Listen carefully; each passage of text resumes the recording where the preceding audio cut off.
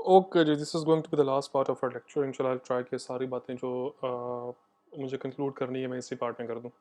मैं अभी बता के हटा हूँ आपको कि स्टैट जो है इट्स वेरी अप्लाइड साइंस, और ये इतनी खूबसूरत साइंस है कि आप अगर इसको बेहतर तरीके से जो है ना वो समझ पाओ तो ये बड़े बड़ी इफ़ेक्टिव किस्म की साइंस है, and you can do wonders with this science.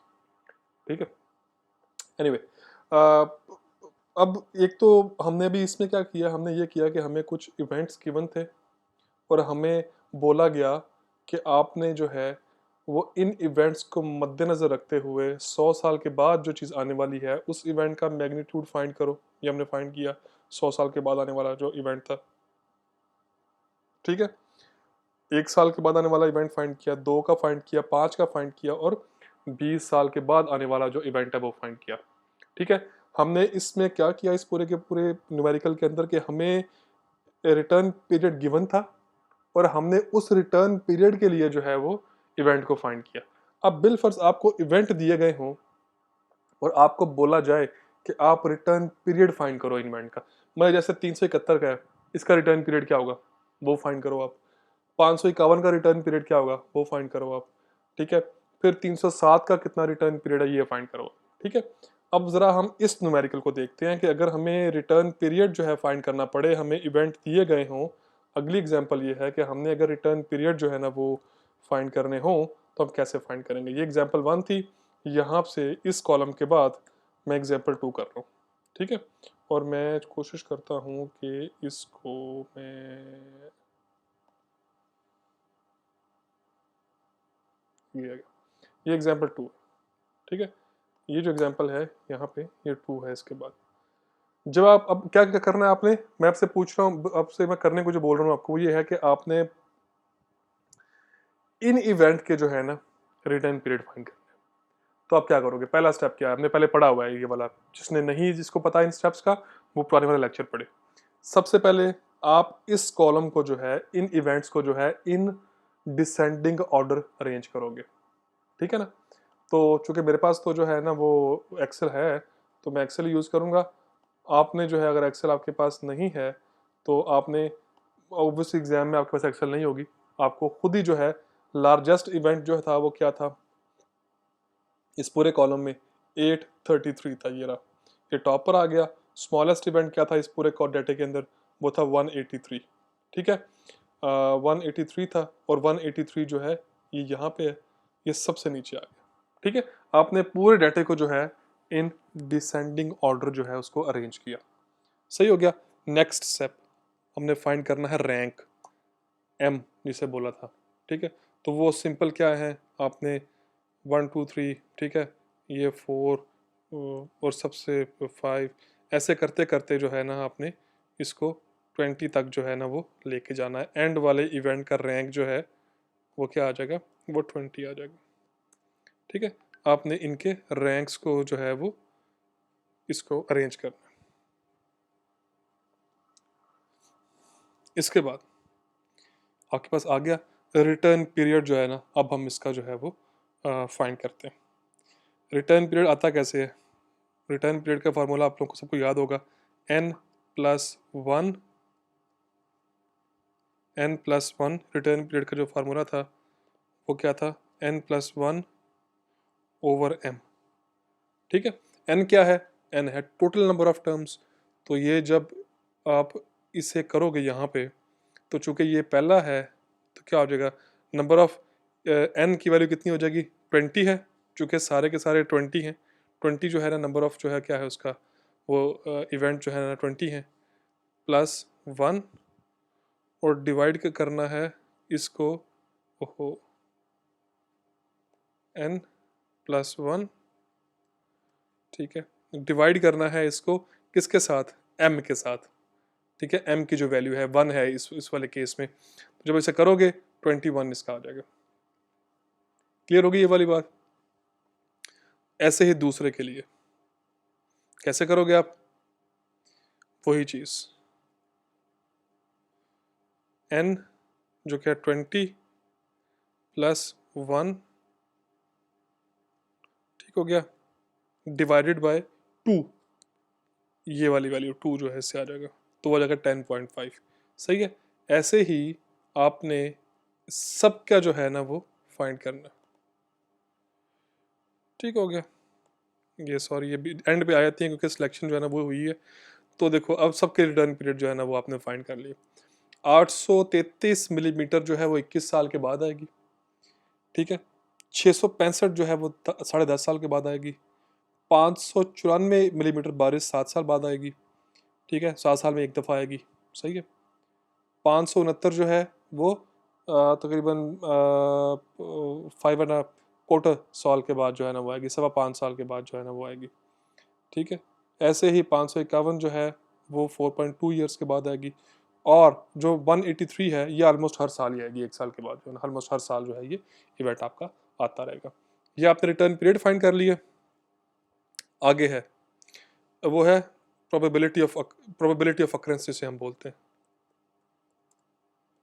ठीक है। Probability of occurrence, probability of occurrence जो है उसको फाइंड करना भी बहुत सिंपल है। प्रोबेबिलिटी ऑफ अकरेंस क्या होती है? सिंपल जो है ना 1 डिवाइडेड बाई टी इंटू 100, अगर आपने जो है वो परसेंटेज में फाइंड करनी हो। ठीक है।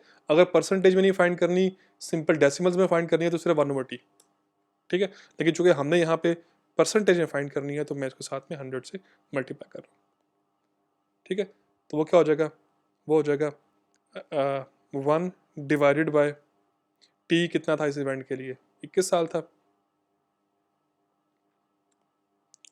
और ज़रब 100। ठीक है।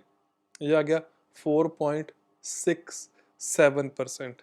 दूसरे इस वाले के लिए क्या आएगा? वही वाली चीज़ 1/t, 1 डिवाइडेड बाय 10.5 ज़रब वो 100, 9.52 आ जाएगा। ऐसे ही अगर मैं सबके लिए फाइंड करने बैठूंगा तो उनकी जो वैल्यू है वो प्रोबेबिलिटी ऑफ अकरेंस है इस तरीके से आ जाएगी। अच्छा, अब आपने एक चीज़ ज़हन में रखनी है कि आपको कैसे पता लगेगा एग्जाम के अंदर कि आपने जो है वो रिटर्न पीरियड और प्रोबेबिलिटी ऑफ अकरेंस जो है वो सही फाइंड की है कि नहीं फाइंड की। रिटर्न पीरियड की वैल्यू टॉप से बॉटम तक डिक्रीज होगी कंसिस्टेंटली, जो कि प्रोबेबिलिटी ऑफ अकरेंस की वैल्यू जो है टॉप से बॉटम के बीच में इंक्रीज होगी। ठीक है। तो ये आपने प्रोबेबिलिटी ऑफ अकरेंस भी फाइंड कर दी हर इवेंट की, हर इवेंट का जो रिटर्न पीरियड भी फाइंड कर लिया। ठीक है। अब ऐसे ही अगर आपको ये वैल्यूज़ जो है ना मैं कहूँ कि जब ग्राफ के ऊपर प्लॉट कर दो ये वाली वैल्यूज़, तो आप बड़े आराम से जो है ना इस तरीके से ग्राफ की वैल्यूज़ ये प्लॉट कर सकते हो। ठीक है। आपने ग्राफ आपको दिया हुआ होगा लॉग लॉग वाला ग्राफ पेपर। ठीक है। उसको स्टार्ट करना है आपने 100 से और ऑल द वे टिल 0.5 तक जाना है आपने। सही है। और फिर एनुअल प्रेसिपिटेशंस उसकी जो रिटर्न पीरियड कर लो या प्रोबेबिलिटी ऑफ अकरेंस जहाँ आपका दिल करे वो कर लो, उनके साथ में उनकी वैल्यूज़ को आपने जो है यहाँ पे ग्राफ के ऊपर सेलेक्ट करते जाना है। ठीक है। अब प्रोबेबिलिटी ऑफ अकरेंस और रिटर्न पीरियड इनमें से आपने एक पिक करना है, दोनों को लिखने की ज़रूरत नहीं है। आपका जो दिल करे आपने वो पिक करना है। ठीक है। मैं प्रेफर करता होता हूँ हमेशा रिटर्न पीरियड को। रिटर्न पीरियड जो है ना वो एक सिंपल चीज़ है जो कि गिवन होती है एक तरह से। वो चीज़ पर प्रोबेबिलिटी ऑफ अकरेंस भी है, लेकिन प्रोबेबिलिटी ऑफ अकरेंस में जो परसेंटेज वाला काम है ना वो बड़ा गंदा काम है। तो रिटर्न पीरियड जो है that is the best thing, वो करो। साथ में एनुअल प्रेसिपिटेशन मिसाल के तौर पे हम अभी देखते हैं इसको। हमारी रिटर्न पीरियड पे जो इवेंट था 183, रिटर्न जब 1.05 आपका जो है ना रिटर्न पीरियड होगा तो आपने उसके अगेंस्ट जो आपकी डेप्थ होगी रेनफॉल की वो होगी 183, 1.05 के अगेंस्ट होगी 183। तो अभी चेक करो 1 पॉइंट ये 01 है तो 05 कहीं यहाँ पे जाके आता है। ठीक है ना। अब 05 ये देखो 183 जो है ना ये वाली वैल्यू जो है ना उसने प्लॉट की हुई है 183 ये वाली वैल्यू। ऐसे ही अगले का रिटर्न पीरियड जो है वो कितना आता है उससे ऊपर वाले का, वो है 1.105। तो वो है 1.105, वो ऑलमोस्ट कहीं 1.105 जो है यहाँ पे आता है। ठीक है ना। ऊपर वाले देखो यहाँ पे आता है, उसके अगेंस्ट जो वैल्यू है वो कितनी है 1.105 के अगेंस्ट 203। तो 203 जो है वो देखो ऑलमोस्ट यहाँ पे 200 है तो थोड़ा सा उससे ऊपर 203 जो है ना वो वहाँ पे लिखा हुआ है। इस तरीके से आपने ये 20 पॉइंट्स जो है इसके ऊपर आपने मार्क करने हैं और एक स्ट्रेट लाइन जो है उसमें से गुजरवा देनी है। ठीक है। जो बेस्ट फिट लाइन जिसे वो बोलते हैं आपने उसको जो है बीच में से गुजरवा देना है।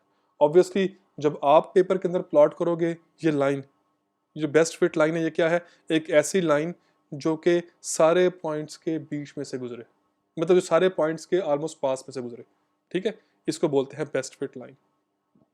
जनरली ये बेस्ट फिट लाइन आप कभी भी जो है ना बेहतरीन तरीके से इसको नहीं लगा सकते, ये कंप्यूटर ही लगाता होता है। लेकिन चूंकि एग्जाम के लिए अगर आपको ऐसी बेस्ट फिट लाइन लगानी पड़े तो आपने ऐसी लाइन प्लॉट करनी है जो कि सारे पॉइंट्स के करीब से जो है ना वो होके गुजरे। क्लियर है ये वाली बात? आई होप कि ये क्लियर होगी।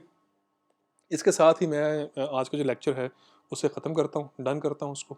जस्ट एक दो छोटी छोटी बातें मुझे आपको करनी है क्योंकि मेरी फेवरेट साइंस जो है वो स्टैट है, तो मैं थोड़ी सी उस बारे में बातें जो है आपसे लाजमी करूँगा। देखो स्टैट पता क्या होती है? स्टैट जो है ना एक ऐसी, मैंने बताया पहले आपको कि ऐसी एक ज़बरदस्त साइंस है कि आप उससे किसी भी चीज़ को एस्टिमेट कर सकते हो। जिन चीज़ों को भी आप नंबर्स में डिफाइन कर सकते हो ना, यानी कि अभी मैंने इंसान के गुस्से वाली बात की है, आप उसको नंबर में डिफाइन नहीं कर सकते, इसलिए उसके ऊपर आप स्टैट अप्लाई नहीं कर सकते।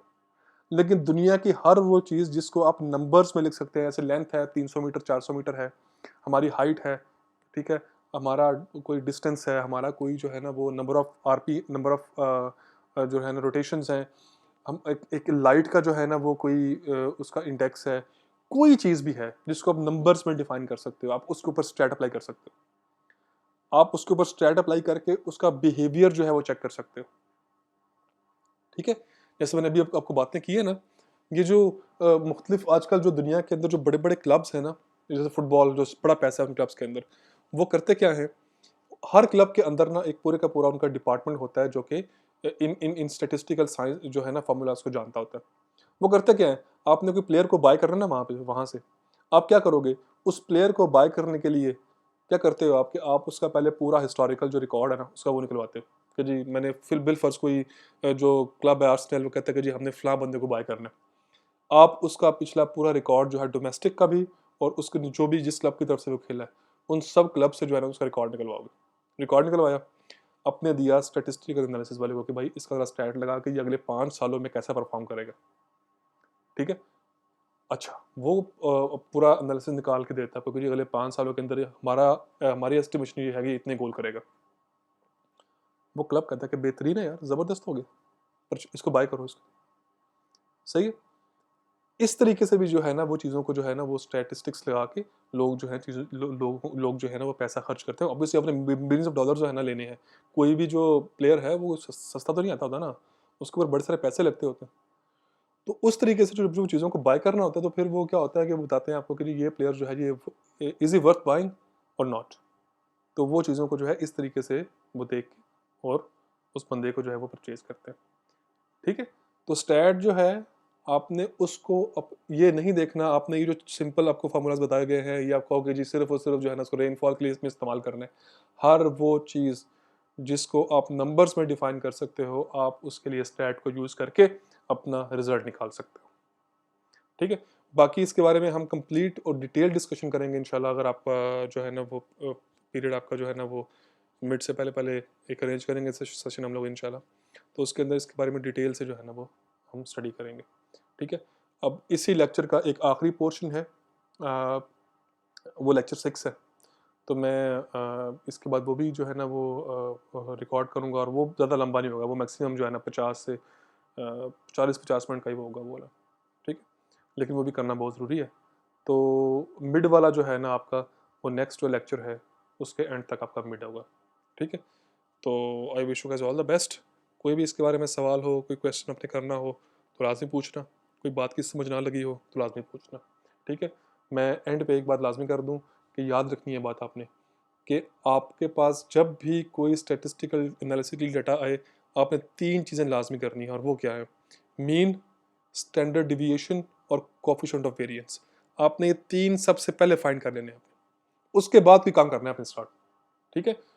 पहले 3 फाइंड करने हैं, फिर अगर आपको बोला गया कि इवेंट का रिटर्न पीरियड फाइंड करो तो आपने जो है वो क्या करना है कि आपने पहले डाटा को अरेंज करना है इन डिसेंडिंग ऑर्डर, फिर रैंक दे के और आपने टी और प्रोबेबिलिटी ऑफ अकरेंस फाइंड कर लेनी है। और अगर आपको बोला जाता है कि रिटर्न पीरियड गिवन हो आपको और बोला जाए कि आप इन रिटर्न पीरियड के लिए जो है ना इवेंट की जो है वैल्यू फाइंड करो, तो फिर एक्स वाला फार्मूला याद रखनी बात ये वाली।